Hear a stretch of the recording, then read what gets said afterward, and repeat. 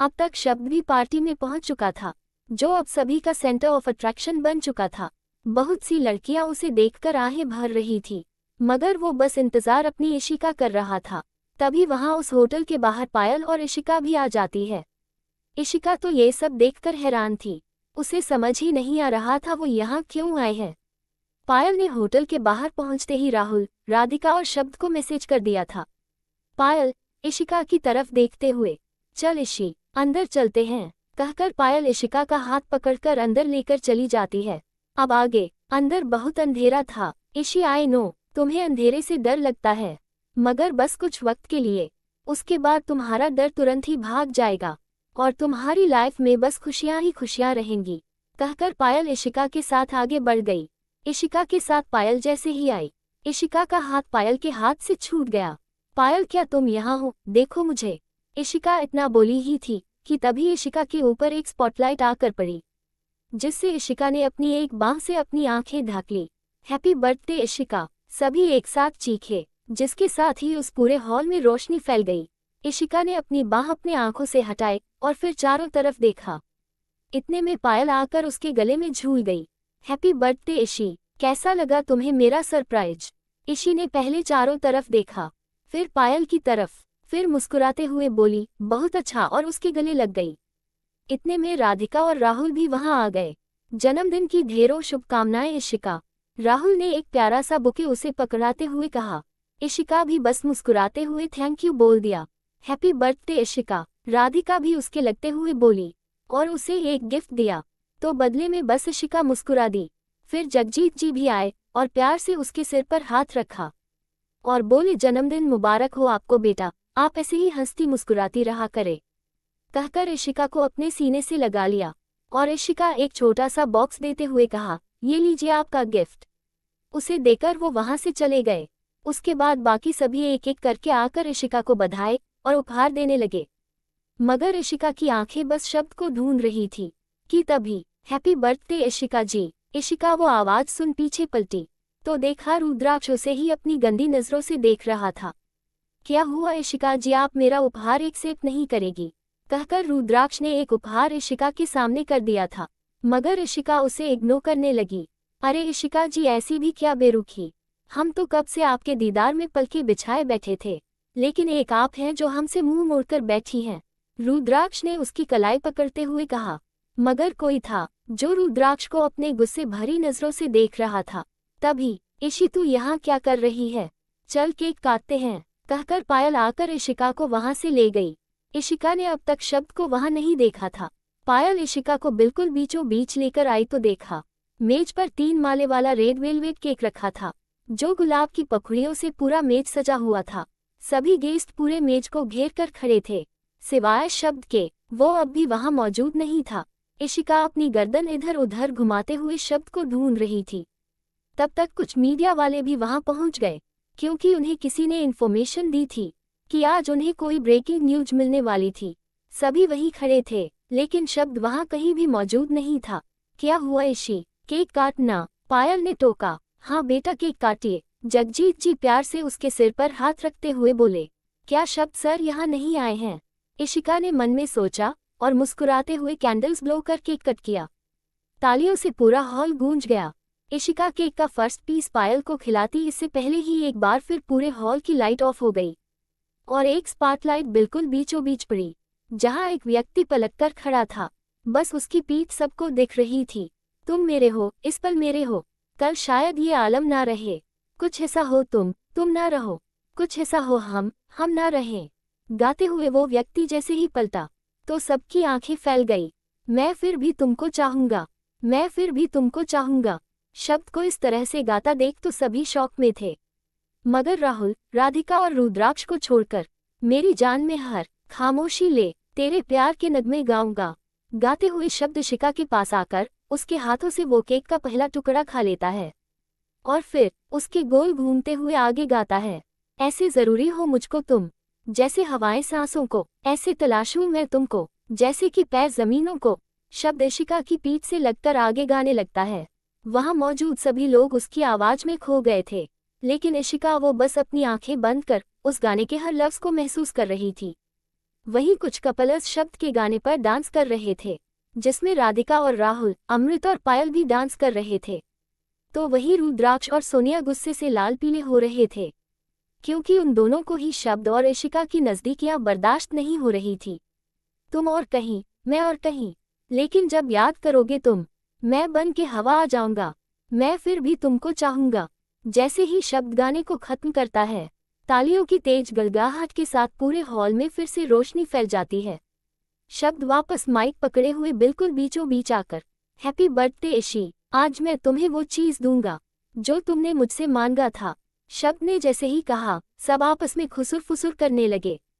कुछ लड़कियां तो जलन भरी नजरों से इशिका को देख रही थी कि उसने ऐसा भी क्या मांग लिया। मैंने न्यू ईयर वाले दिन एक अनाउंसमेंट की थी अपनी शादी की। शब्द ने जैसे ही आगे कहा, वहां फिर से फुसफुसाहट बढ़ गई। सोनिया तो गुस्से की आग में जैसे जलने लगी। वहीं रुद्राक्ष का भी यही हाल था, मगर वहीं राहुल, राधिका और पायल के चेहरे पर मुस्कुराहट थी और बाकियों के चेहरे पर सस्पेंस। तभी उनमें से एक, तो क्या आज आप उस लड़की का नाम बताने वाले हैं? जी हाँ, शब्द बोला। तो सभी एक दूसरे का चेहरा देखने लगे। उसका नाम है पायल रावत। शब्द ने जैसे ही पायल का नाम लिया, सबकी नजरें पायल पर टिक गई, मगर शब्द की नजरें केवल और केवल इशिका पर थी। जब सबने ये सुना तो राहुल, राधिका और सोनिया के साथ साथ पायल को भी एक बड़ा झटका लगा। वहीं रुद्राक्ष एक खतरनाक स्माइल कर रहा था और मन ही मन बोला, अब इस हुस्न के दीदार पर सिर्फ और सिर्फ रुद्राक्ष राठौर का अधिकार है। वहीं टीवी पर चल रहे न्यूज को देखकर किसी का गुस्सा उस गिलास पर टूट चुका था।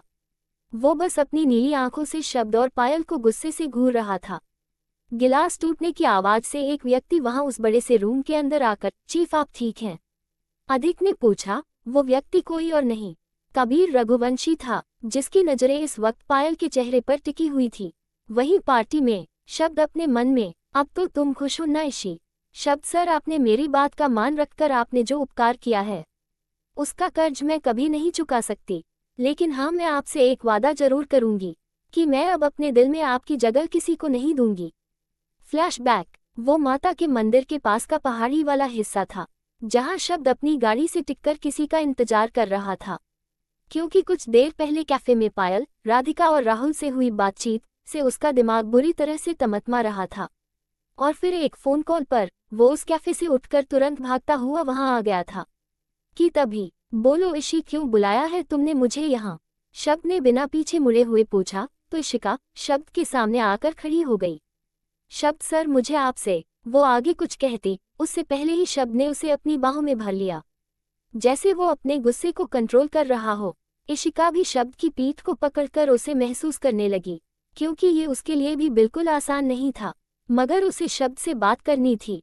इसलिए इशिका ने शब्द को खुद से दूर किया और बोली, प्लीज शब्द सर, मेरे लिए इसे और मुश्किल मत बनाएं, क्योंकि जो मैं बात यहाँ आपसे कहने आई हूँ वो शायद कह ही ना पाऊँ।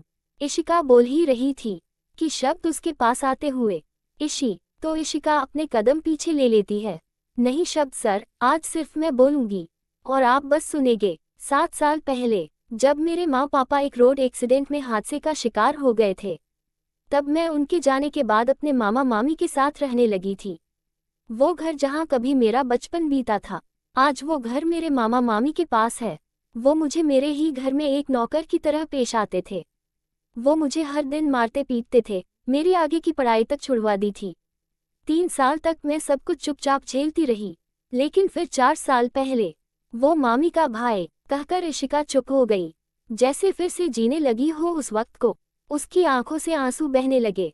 शब्द जो बस सुन रहा था, वो आगे बढ़कर उसके आंसू पोंछना चाहता था, लेकिन फिर इशिका एक कदम पीछे हो गई और आगे बोली, वो मामी का भाई घर आया, उसने मुझे गंदी निगाहों से देखा।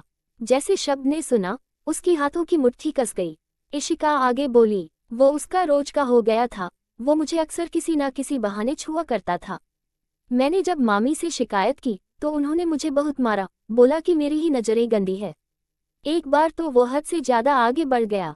उस रात मैं घर में अकेली थी, मामा मामी पास की शादी में गए थे, बस घर में मैं और मामी का भाई केशव ही था। उस दिन मेरी तबीयत भी कुछ ठीक नहीं थी, इसलिए मैं बिस्तर पर आराम कर रही थी। वो कमरे के बाहर दरवाजे पर नॉक करने लगा। पहले तो मुझे बहुत गुस्सा आया, मैं दरवाजा नहीं खोलना चाहती थी, क्योंकि मैं जानती थी कि वो ही होगा। लेकिन तभी केशव ने वो दरवाजा ही तोड़कर अंदर आ गया। मैं पीछे भागने को हुई थी कि वो मेरे साथ, कहकर इशिका रोने लगी। शब्द ने उसे अपनी बाहों में भर लिया। शब्द की भी आंखें नम थी, मगर उससे ज्यादा उसे केशव पर गुस्सा आ रहा था।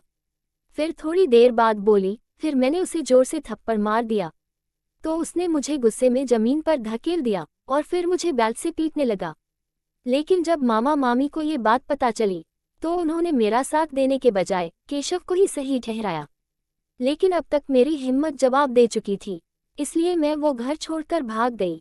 और फिर मेरी मुलाकात पायल से हुई। इशिका ने 4 साल पहले वो अजनबी की मुलाकात वाली बात गोल कर गई थी। और फिर पायल ने मुझे सहारा दिया, मुझे घर में रहने की जगह दी, मेरी पढ़ाई फिर से शुरू करवाई, मेरे लिए सब कुछ किया। जब जब मुझे उसकी जरूरत पड़ी वो हमेशा मेरे साथ खड़ी रही। इशिका बोली, मगर शब्द ध्यान से सुनता रहा। तो आज मैं कैसे उसकी खुशियों के आगे आ जाऊं? शब्द सर, पायल आपको पसंद करती है और आपसे बहुत प्यार करती है, प्लीज आप उसे। इशिका ने जैसे ही कहा, शब्द शॉक्ड हो गया। इशी ये तुम? शब्द इशिका के चेहरे पर हाथ रखकर बस इतना ही बोल पाया, हाँ मैं पायल के लिए कुछ भी कर सकती हूँ, उसकी खुशियों के लिए अपनी जान भी। इशिका बोलती कि शब्द उसके मुंह पर हाथ रख दिया, ठीक है जैसा तुम चाहती हो वही होगा, मैं तुम्हें तुम्हारा उपहार जरूर दूंगा। ये बात शब्द ने अपने मन में कही थी तो इशिका वहां से चली गई। इशिका के जाने के बाद शब्द घुटनों के बल आ गया और जोर से इशिका का नाम चीखा, आई लव यू इशी। लेकिन तभी शब्द की नज़र जमीन पर किसी चीज पर पड़ी जो चमक रही थी। उठाकर देखा तो वो पायल थी, इशिका की पायल, जिसे देख शब्द की आंखें फैल गई। उसने अपना पर्स अपने जेब से निकाला और फिर उसमें रखा वो पायल निकाला जो हुबहू उस पायल के जैसा था। पायल को देखते हुए शब्द अपने मन में, इसका मतलब मैं अब तक जिसे ढूंढ रहा था वो तुम थी इशिका, यानी उस रात पायल से मिलने से पहले तुम मुझसे मिली थी। फ्लैशबैक एंड जारी है। लेखिका प्रियंका गुप्ता। आज का भाग कैसा लगा जरूर बताइएगा। अब मिलते हैं अगले भाग में। आज का भाग आपको कैसा लगा कमेंट करके जरूर बताइएगा। तो मिलते हैं अगले भाग में। और जिन लोगों ने मुझे सब्सक्राइब नहीं किया है अभी कर लीजिए ताकि आपको मेरी कहानियों के नोटिफिकेशन सबसे पहले मिल सकें। Thanks for watching.